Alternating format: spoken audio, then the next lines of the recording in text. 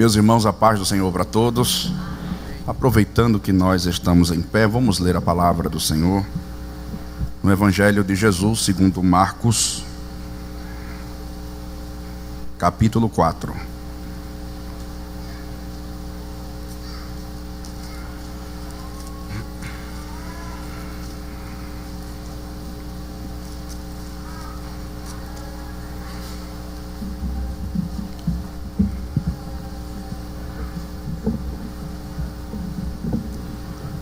Versículo de número 35 a seguir.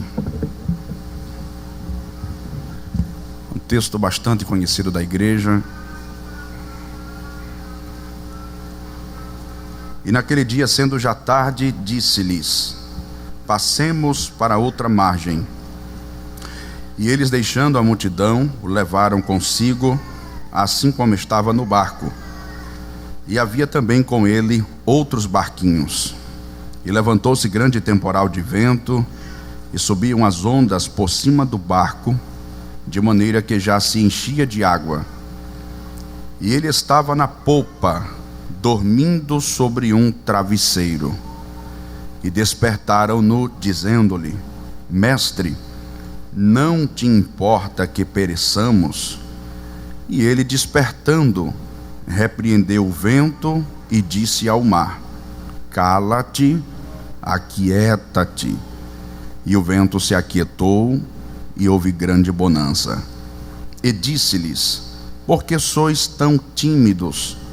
Ainda não tendes fé? E sentiram um grande temor, e diziam uns aos outros: quem é este, que até o vento e o mar lhe obedecem? Amém. Podem sentar, meus irmãos.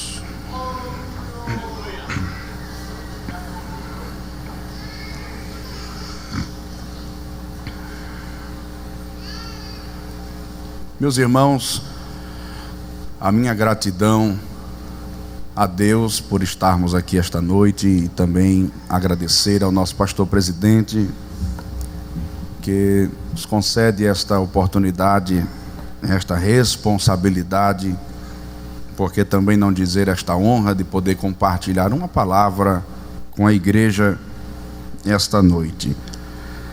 Estava hoje à tarde indo resolver algumas coisas, quando o nosso pastor nos ligou, pedindo para que estivéssemos aqui com os irmãos. E quando cheguei em casa, já umas 4 e pouca, fui meditar um pouco e pedir a Deus uma palavra para compartilhar com a igreja. E o Senhor me lembrou esse texto que eu desejo compartilhar com os irmãos.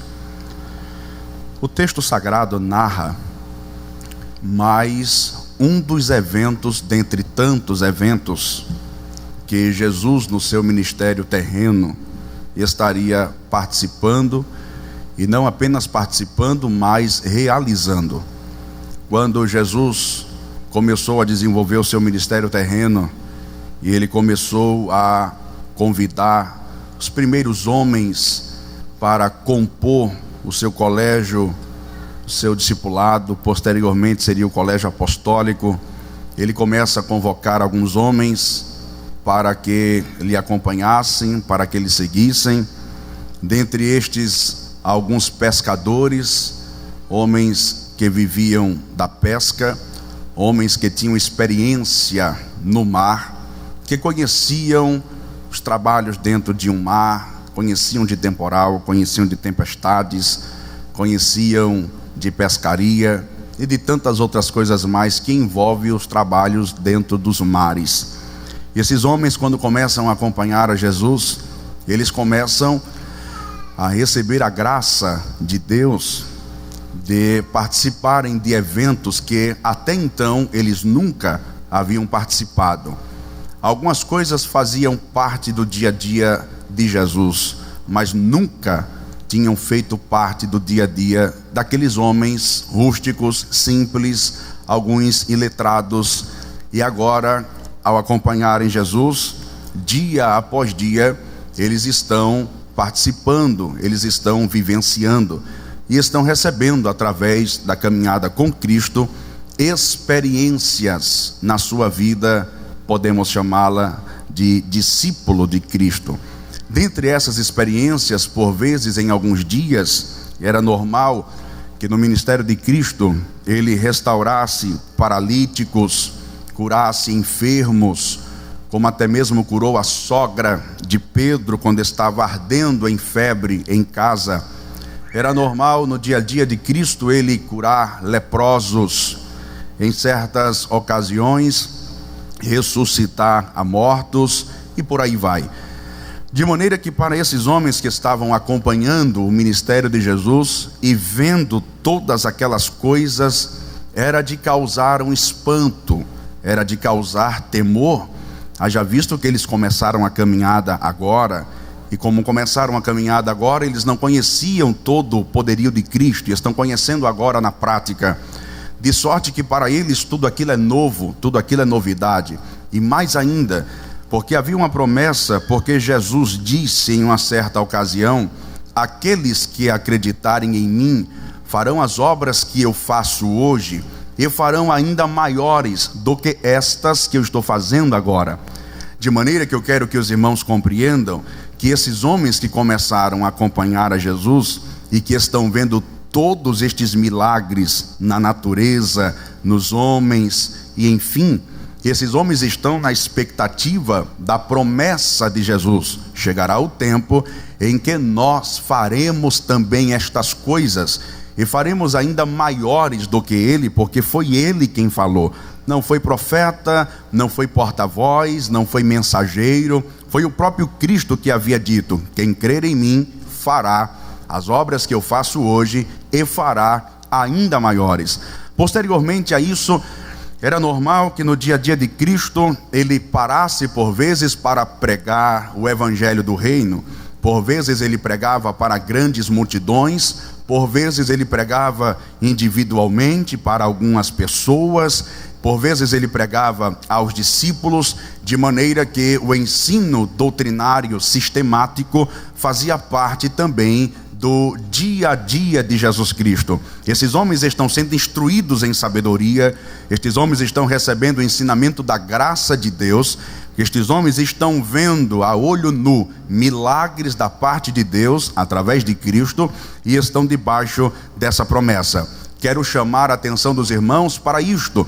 Estes homens que acompanham a Jesus, eles estão gradualmente crescendo em experiências com Cristo. Isso é um retrato da igreja da atualidade.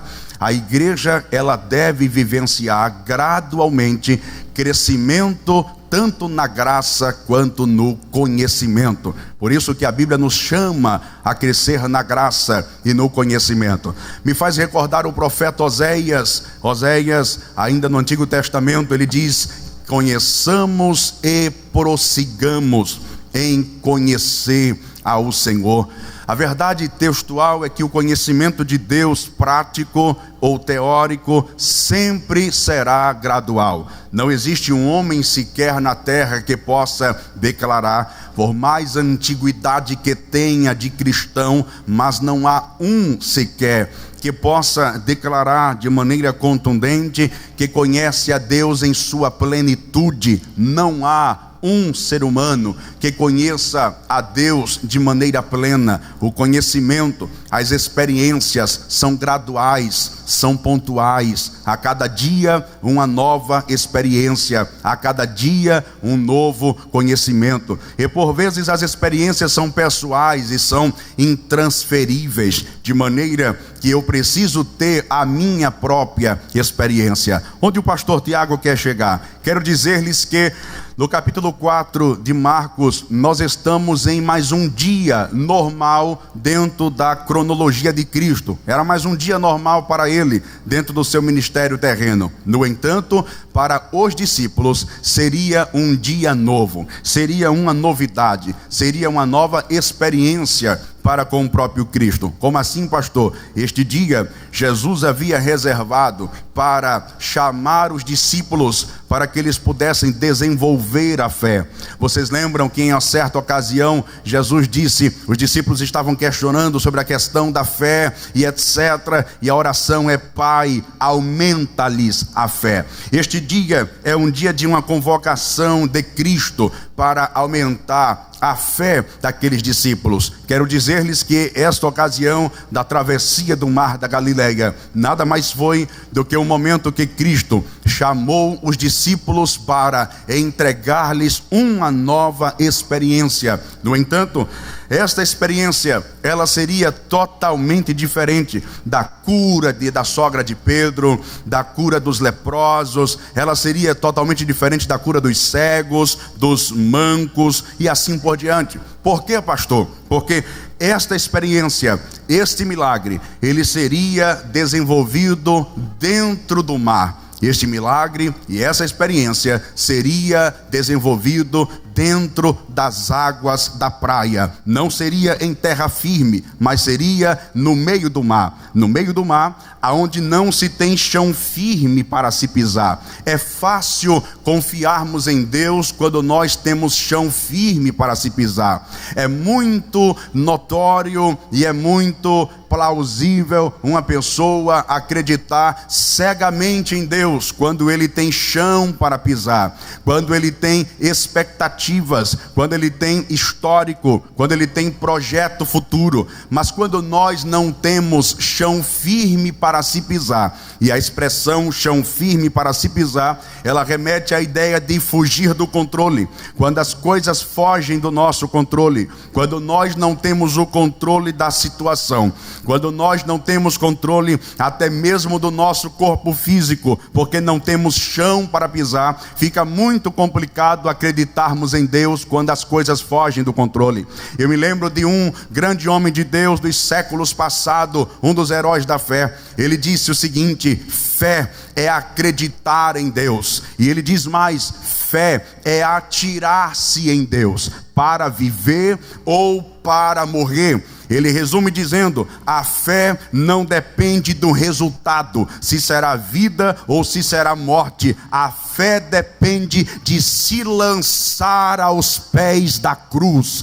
E é isto que vai acontecer nesta ocasião. Jesus está chamando os discípulos para se lançarem na confiança plena, mesmo não tendo chão firme para se pisar. Me faz recordar a história de um grande alpinista, um homem que tinha muita experiência em escalar grandes montanhas, e relatas a história que esse homem um dia foi fazer uma das atividades que ele mais tinha prazer, que era escalar montanhas, e ele foi escalar o Monte Aconcagua, e de repente ele está lá sozinho, naquela grande atividade que lhe dava prazer, ele com todos os materiais, como alpinista de muitos anos de experiência que ele tinha, e ele vai subindo. De repente parece-nos que fugiu do horário que ele havia previsto, escureceu, e no que escureceu ele continuou a escalada, já estava muito perto do topo da montanha, mas algo inusitado acontece. Aquele homem escorrega e ele vai caindo de cima a baixo. Estava tudo escuro,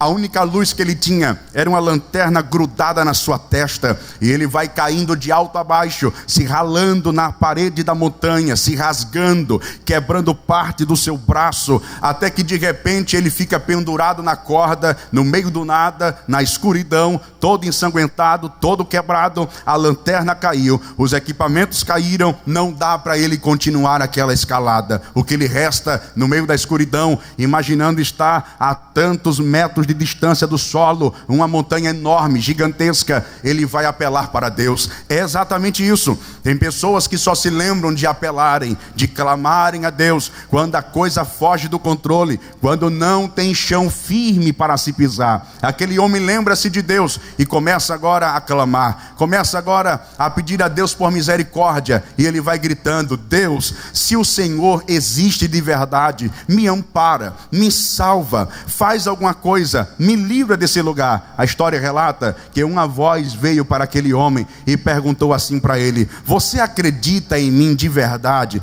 E ele disse: eu creio plenamente, agora me salve, faça alguma coisa, não me resta fazer nada. Era muito frio onde ele estava, e de repente repente a voz vem novamente: você acredita em mim? Você acredita que eu posso te salvar? Eu acredito, me salve, faça alguma coisa. De repente aquela voz disse assim para aquele homem: solte a corda, porque eu vou salvar você. Quando aquele homem ouviu aquela voz, ele com mais intensidade, ele se agarrou naquela corda, se agarrou chorando, lacrimejando, pranteando de dores no corpo, ensanguentado, parte do braço quebrado, e ele clama: Deus, me salve, por favor. Isso repetiu-se 3 vezes. Na terceira vez a voz veio novamente: se você acredita em mim e acha que eu posso te salvar, solte a corda, eu vou lhe salvar. Aquele homem não soltou a corda. Aquele homem não conseguiu acreditar plenamente em Deus quando não tinha chão firme para pisar. Resultado, ele ficou preso, agarrado naquela corda. Como muito frio que era, ele sofreu daquele frio e morreu congelado. Amanheceu o dia e dias e congelado. Resultado que quando a família dá conta da ausência daquele alpinista que não voltou para casa, a equipe de resgate vai buscá-lo. E quando chegaram lá, os peritos ficaram estupefatizados, ficaram com perguntas infundadas, com perguntas sem respostas. E a pergunta era exatamente essa: como pode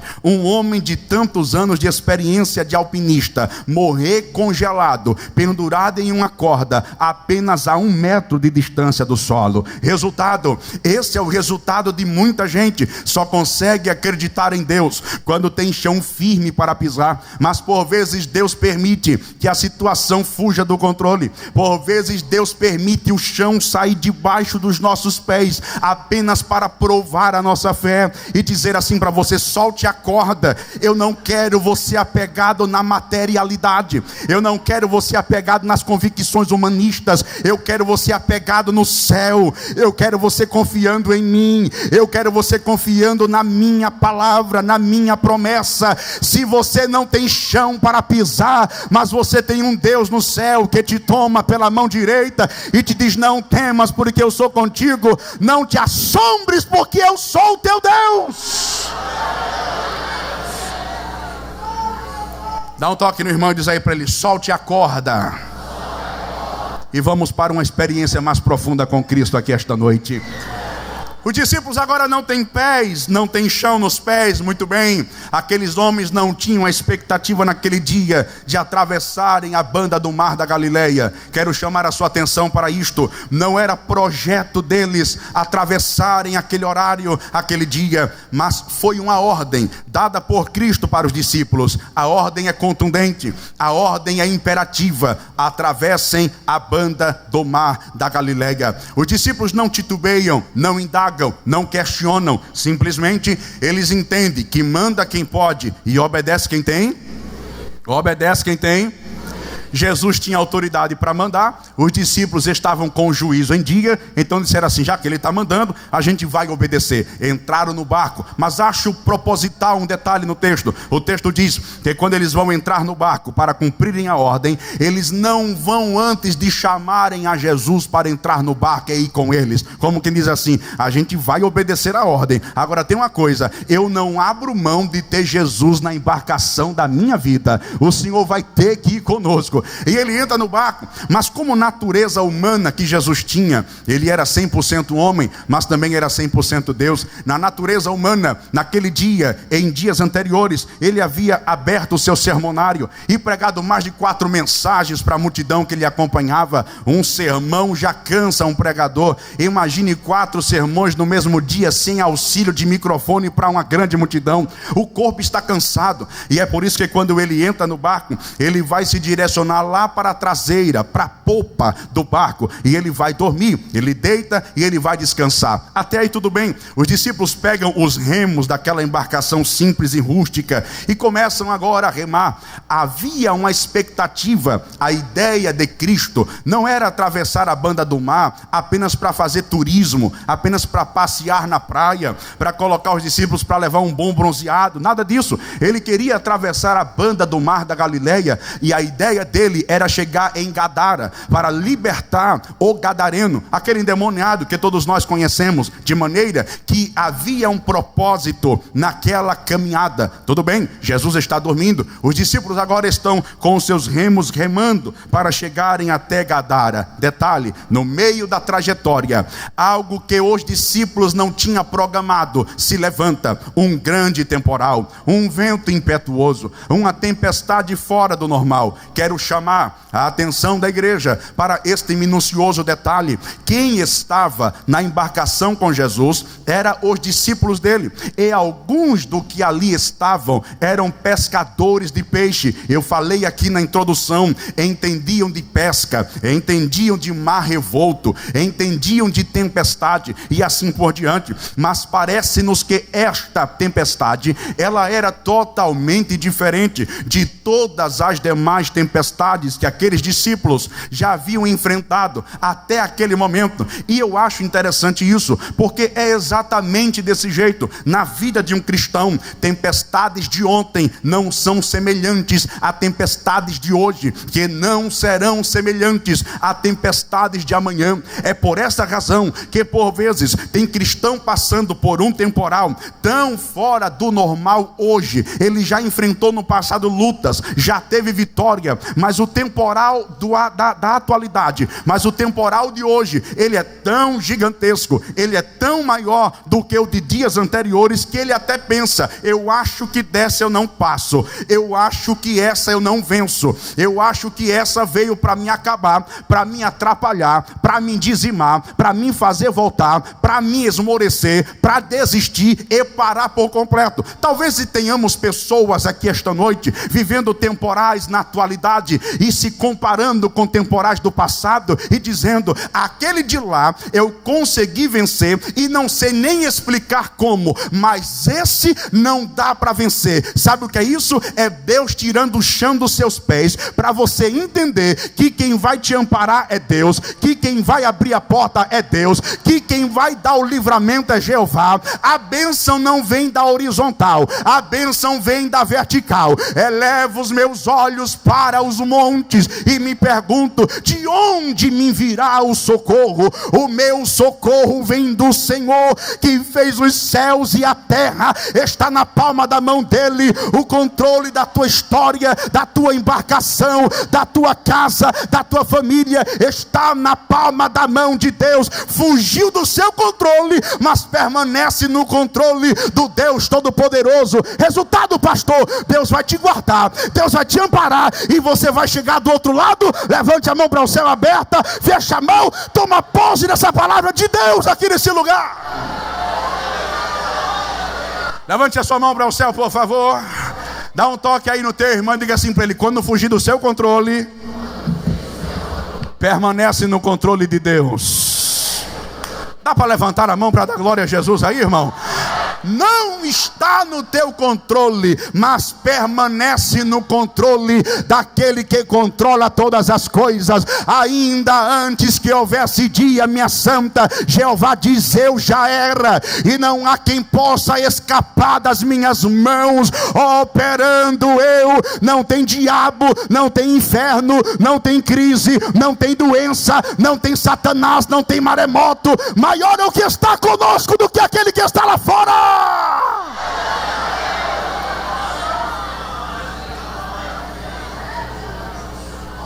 Quando foge do nosso controle, permanece no controle de Deus. Mas escute bem, o temporal se levantou. Esse parece que vai nos matar, vai nos destruir. Desse a gente não escapa. Eu imagino uma conversa entre Pedro, João, os discípulos que eles estão ali.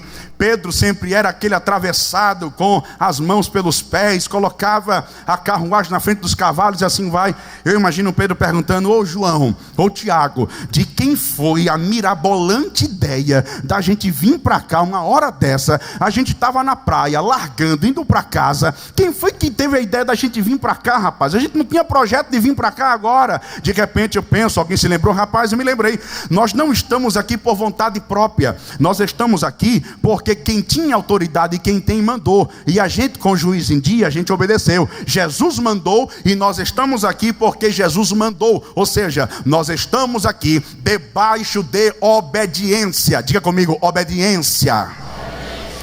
E é aqui onde pode causar um parafuso na cabeça de muita gente, porque muitos cristãos da atualidade se perguntam assim: mas pastor, eu obedeço a Deus, eu obedeço a palavra, eu obedeço os princípios éticos, cristãos, doutrinários, eu obedeço o meu pastor, eu obedeço a minha liderança, eu ando debaixo de obediência, e no entanto, parece que quanto mais obediência, mais maremoto, mais temporal, mais turbulência, mais dificuldade. O paradoxo aqui da mente cristã, da atualidade, é exatamente esse: é pensar, é achar que a obediência a Deus, ela nos isenta dos temporais da vida. Tem muita gente que pensa que a obediência à palavra de Deus, ela nos isenta da turbulência, das problemáticas do temporal, mas é completamente o avesso. A obediência, ela não nos isenta do temporal. A obediência,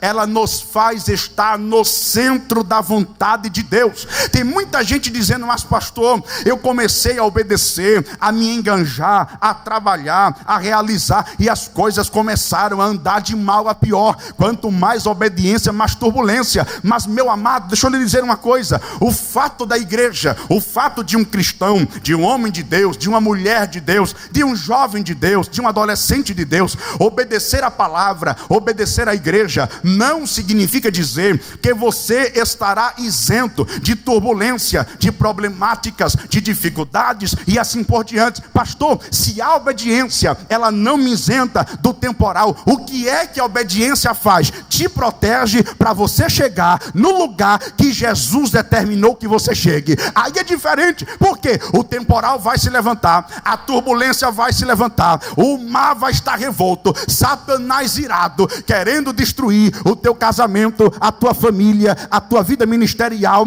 a tua vida sentimental, emocional, profissional. Mas como você está no centro da vontade de Deus, está em obediência, ele diz mais ou menos assim: 1000 cairão do teu lado, 10.000 cairão à tua direita, mas tu não serás atingido. Por quê, pastor? Porque toda ferramenta preparada contra ti não prosperará. Você está debaixo da bênção de Deus, em obediência ao Senhor. Deus te guarda para você chegar aonde Ele quer que você chegue.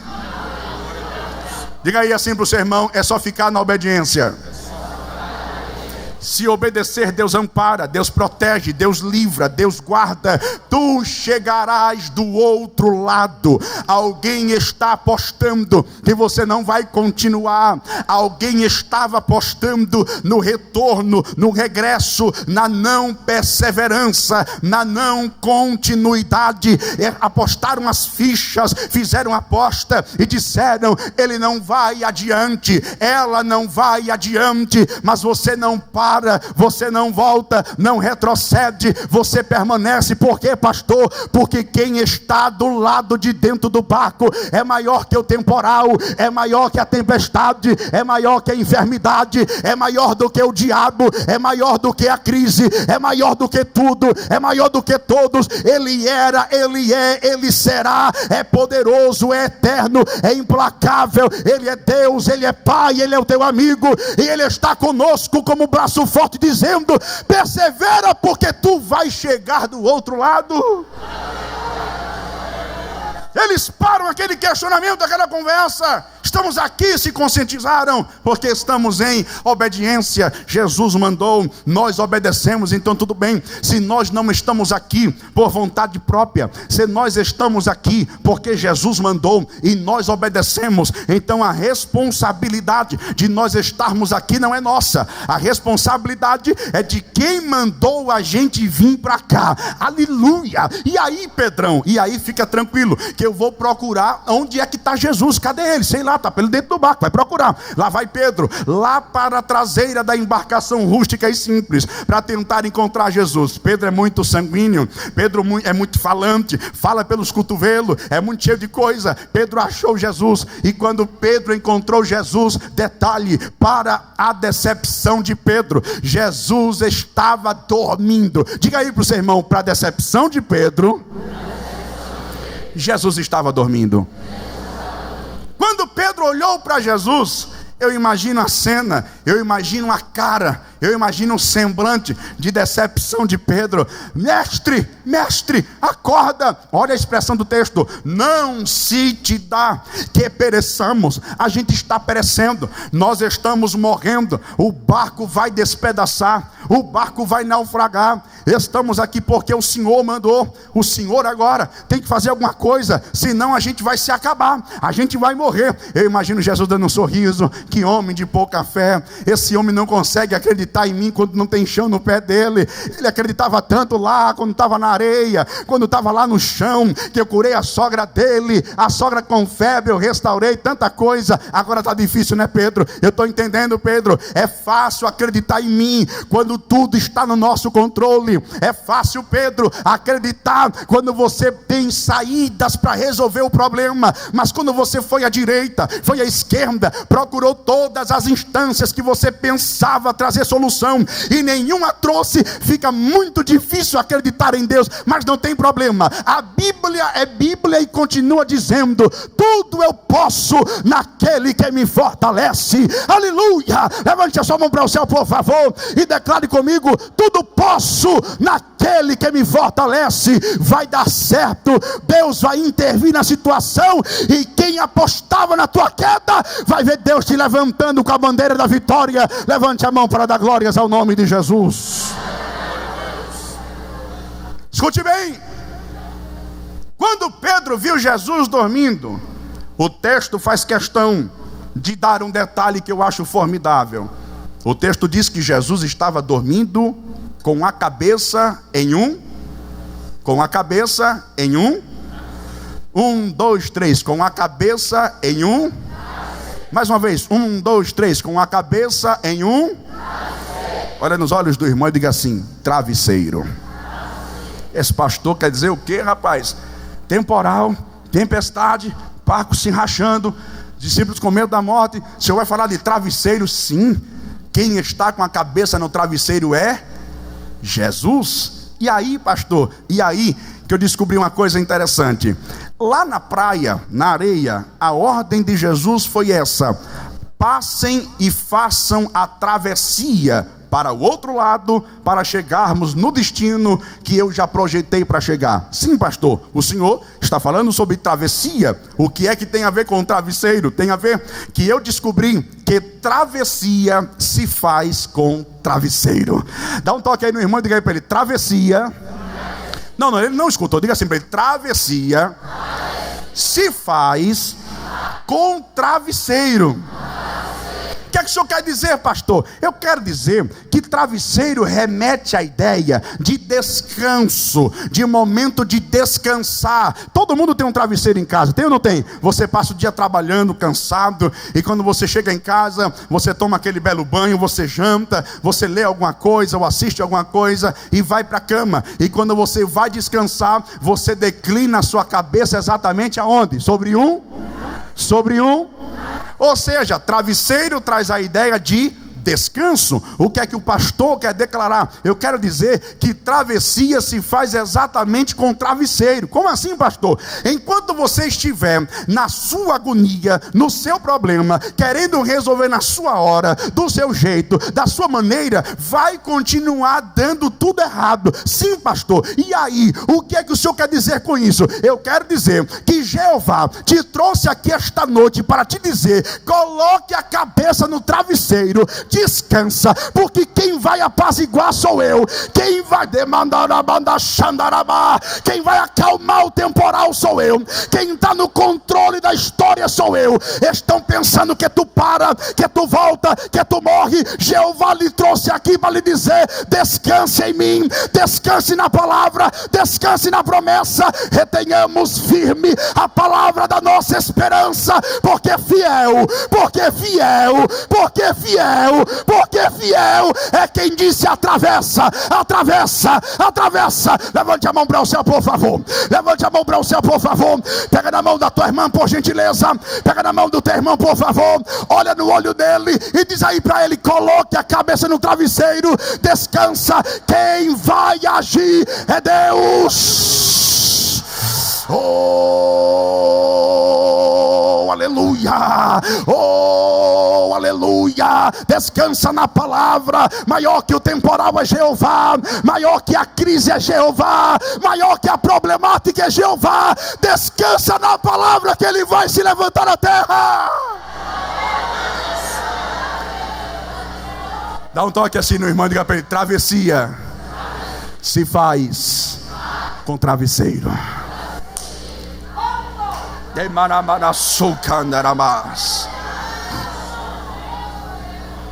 Aí eu me lembro quando Marcondes e Débora eles chegam no culto e eles cantam assim: é meu, somente meu, todo trabalho. Que mais?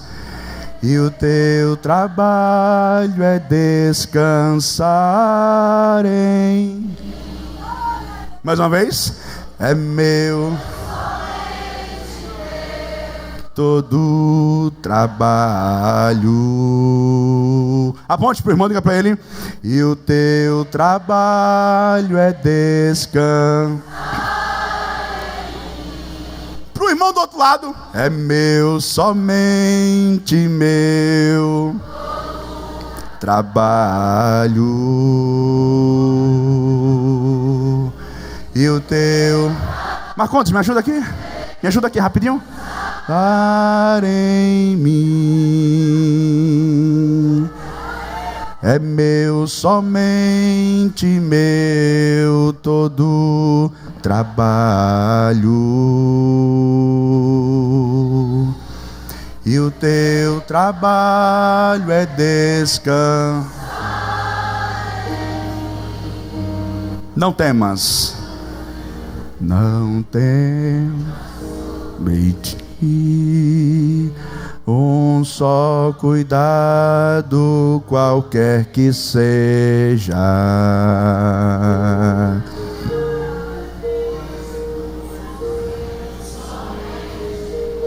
Cante confiando. Para ti. Cante confiando para Ele. Todo trabalho.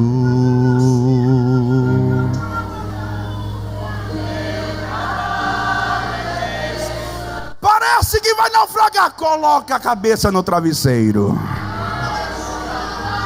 É meu, somente meu, todo trabalho. E o meu trabalho é descansar em ti. Diga para o seu irmão assim: descanse. Não, o sono de Jesus não é descaso.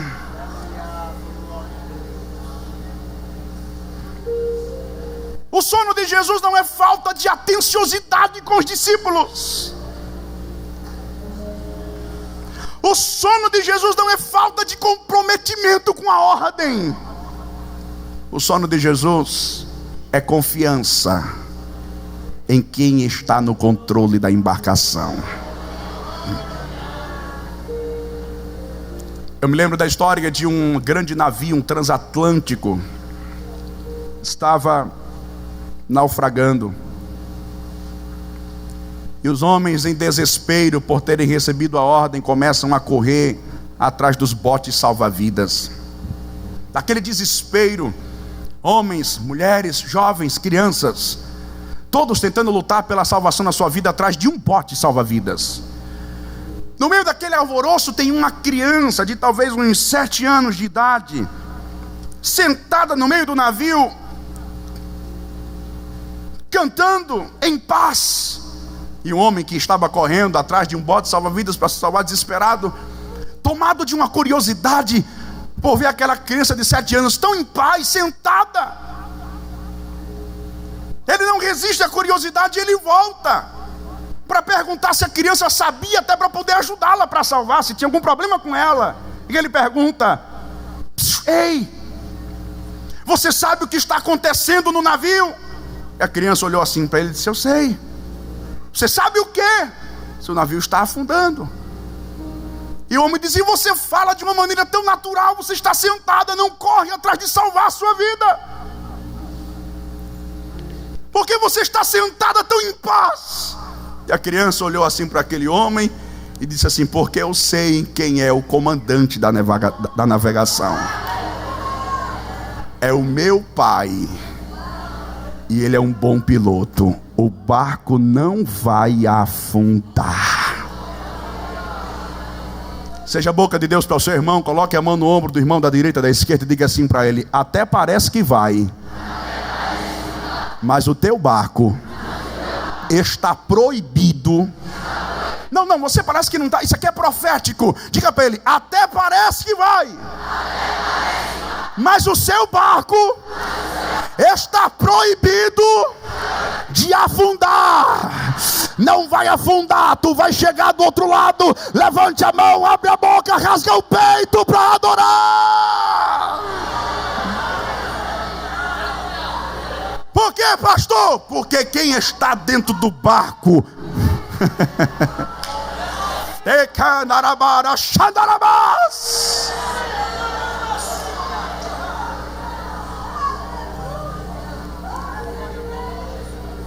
Jesus estava na polpa do barco. O que é a polpa, pastor? A polpa é o instrumento de responsabilidade de direção do barco. Você está entendendo? Os discípulos estavam remando, mas quem está dando a direção é Jesus. Você não vai para onde você quer, você vai para onde a polpa está te direcionando. Tu vai chegar no lugar que Jesus projetou para você chegar.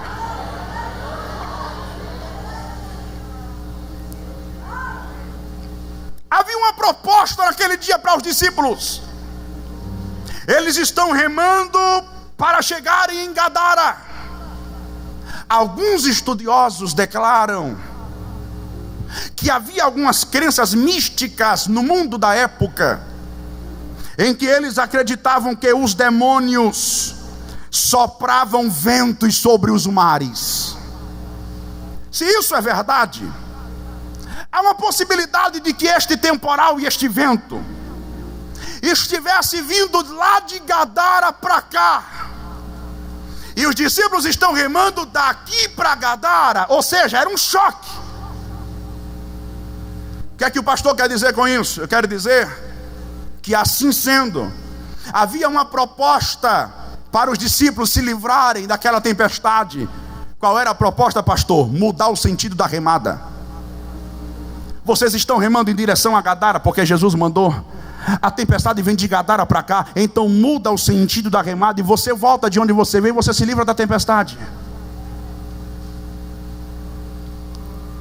Diga assim para o seu irmão: isso é muito sério. Tem muita gente que no meio da trajetória cristã mudou o sentido da remada. Começaram nos remos da oração, pararam. Como Paulo diz aos Gálatas, começaram remando no espírito, mas estão terminando na carne. Por vezes o momento nos leva às possibilidades de mudarmos conceito, crença e comportamento. Muda. Você já está desse jeito há tanto tempo e não muda, você não sai do lugar, não resolve nada.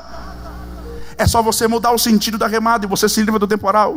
Mas em contrapartida, você nunca chega onde Jesus quer. Você volta de onde você veio. Pessoas que não saem do lugar, passam-se 300 anos e nunca crescem na vida, porque mudaram o sentido da remada. Jesus se levanta, as horas já chegaram. Eles não mudam o sentido da remada, permaneceram até o fim, até Jesus se acordar. Querem chegar do outro lado? Querem chegar no centro da vontade de Deus? Diz aí para o teu irmão: não mude o sentido da remada. A igreja não pode andar na mão do mundo. A igreja anda na contramão. É o mundo vindo e a igreja indo, mas a igreja vai permanecer de pé. Finalizo. Jesus se acorda, se levanta, e ele dá uma ordem. Repete comigo: mais uma ordem. Só que agora ele vai dar ordem para o vento e para o mar. Cala-te, aquieta-te. Eu imagino os discípulos olhando assim para Jesus, dizendo assim: rapaz, o vento se acalmou, o vento se aquietou. E eu imagino os discípulos, Pedro, olhando assim para Jesus, dizendo assim: rapaz, não é só a gente que obedece ele não. Até o vento e o mar também obedecem a esse homem que está aqui. Demanda Xandarabá, do lado de dentro. Até o vento e o mar obedecem a esse homem que está aqui do lado de dentro. Pastor, qual a ideia central do sermão que o senhor quer trazer essa noite? Diga aí para o seu irmão: Deus está do lado de dentro. Diga aí para o irmão do outro lado: Deus está do lado de dentro. Eles ficam pasmos quando veem aquilo, porque até então eles nunca tinham visto temporal e mar obedecer aquele homem. Nunca. Eles estão com olhos arregalados, eles estão estupefatizados, eles estão perplexos, eles estão admirados. E a história termina com uma pergunta: quem é este que até o vento e o mar lhes obedecem? Olha para cá, por favor. O que mais admirava os discípulos de Jesus naquele dia? Quem está me ouvindo, diga amém. Quem está me ouvindo, diga amém. O que mais admirava os discípulos de Jesus, pasmem todos nós, não era o tamanho do temporal lá fora. Como assim, pastor? O que mais admirava e deixava os discípulos intrigados não era o tamanho do temporal lá fora. Se não era, pastor, era o quê? Diga assim para o seu irmão: o tamanho do Deus que estava do lado de dentro.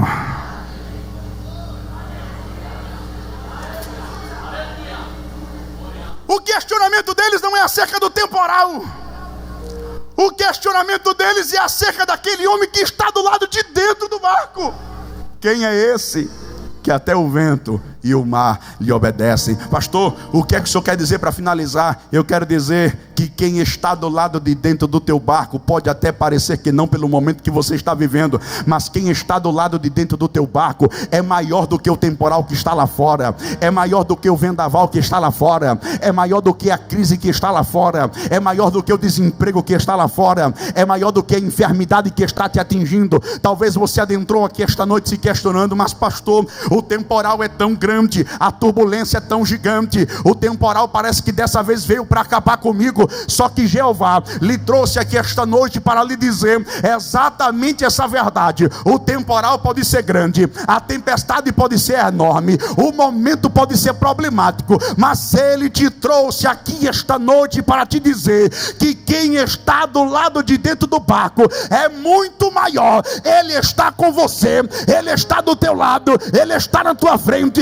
está na retaguarda, e Ele te declara esta noite: eu irei adiante de ti, endireitarei os caminhos tortos, quebrarei as portas de bronze, despedaçarei os ferrolhos de ferro, mas você vai chegar do outro lado, você vai chegar do outro lado. Levante a sua mão para o céu, por favor. Levante a sua mão para o céu, por favor. Declare isso para o seu irmão, querendo Satanás ou não, você vai chegar do outro lado, você vai chegar do outro lado. Deus vai te livrar do mal, Deus vai te proteger da tempestade, e pela palavra de Deus, pela obediência ao Cristo poderoso que está do lado de dentro, Deus vai te guardar e vai te levar para o outro lado. Levante a sua mão para o céu, receba esta palavra de Deus esta noite. Este mal momentâneo não vai acabar com a tua vida, essa turbulência na tua casa não vai destruir o teu casamento, não vai destruir a tua família. Eu sou boca de Deus para lhe dizer esta noite: